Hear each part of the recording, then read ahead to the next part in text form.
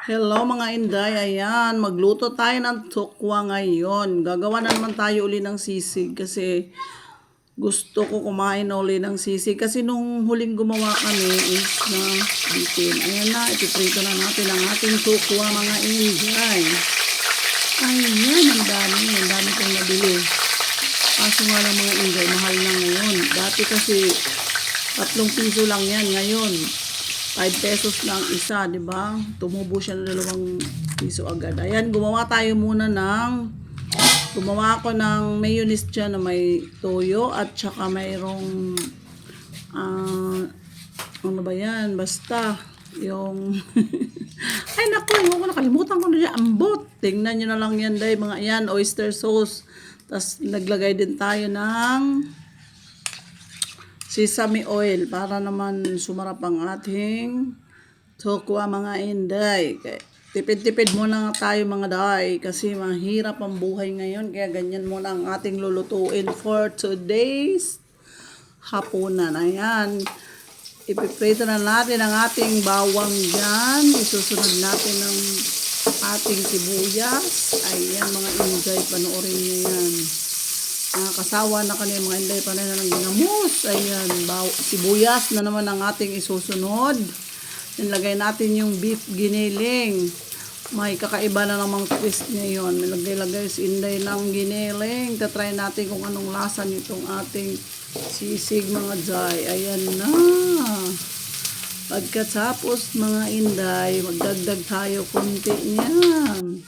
Ilagay na natin ang ating tokwa dyan. Wala lang pa ligoy-ligoy pa. Tokwa na yan. Mabilis lang to mga Inday. Basta maprito mo lang yung tokwa. For the go na yan. Ayan. Hirap magluto dito sa kusina mga Inday. Ang init. Naglagay tayo dyan ng, ayan na, yung mayonnaise na mayroong soy sauce at saka toyo. Ayan. Maglagay pa tayo dyan ng konting patis, mga Inday. At naglagay din tayo dyan ng magic para ma-magic natin ang lasa. Diba? Ganyan lang kadali mga Inday magluto. Ayan, nilagay na natin ang ating sili na green at saka yung pula. Para naman lumaki ng ating mga almohanas dyan, mga dry. Ayan. Lagay tayo ng paminta para sumarap mga Inday. Ayan, patis. Ay naku mga Inday, ang init-init talaga magluto dito. Grabe, ang hirap magluto. Pawis na ako habang niluluto yan. Ayan, luto na ang ating sisig. For the go na yan. Kain na, maglagay lang tayo ng lemon kasi wala tayong kalamansi mga Inday. Mukhang nakaka-LL tayo ngayon kaya gumawa tayo ng almusal. Ayan ang sunod na ginawa namin mga Inday. Gumawa na naman kami ng matcha. Nagpagawa ng matcha si Madam at itong amo ko nagpagawa ng pagkain niya ng almusal bukas. Kailangan gawin ko na daw ngayon para bukas may baon na si Sir. Ayan. Kawawa tayo talaga mga Inday. Walang pahingang katulong dito sa kanila. Yung isa bida-bida, gagawa pa ng matcha. Ay nako, ewan ko ba dito sa mga to. Ayan, habang ginagawa natin yung Quaker Oats na almusal, kinuha muna natin yung gatas dyan. Nahanap pa sa rep, ang tagal. Ayan, lagayin muna tayo ng sesame seeds para makasai ang kumain ito. At hindi magtubol ba kasi mataas sa fiber dye. Ayan. Ay, peanut butter. Where's the peanut butter? Lagay na naman tayo ng fresh milk dyan na low fat yan para daw diet. Diet ba? Slowly. Ambot, pupayat.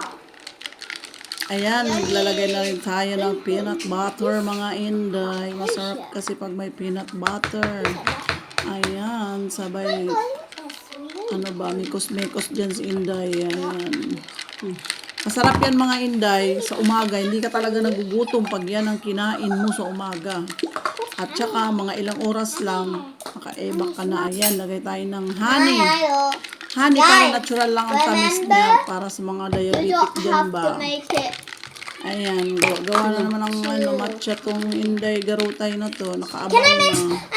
Hindi na. Duble ng trabaho ni Inday. Hindi lang kusinira, tagagawa pa ng matcha. Ayan mga Inday. Pagod talaga mga Inday. Pag ikaw dito sa kusina. Mas maganda pa maglaba. Pagkatapos mo maglaba, tapos na itong sa kusina, walang katapusan. Pagka natapos ka magluto, kakain. Pagkatapos kumain, ayan, kukuha ka ng mga Wala na ano akong pa milk. dyan. Okay, I put Plato, maghugas na naman. Pagkatapos ng mga, ayan, nuwaing bahay. Ayan na. Matcha-matcha na si Inday Garutay. Ayan na, guys, Ang ang matcha matcha ni ni Madam. Madam. Para sa atin. Kapit siya ng Sabihin mo, marunong. please O, like diba? and- Pa-shake-shake pa si Inday Garutay dyan.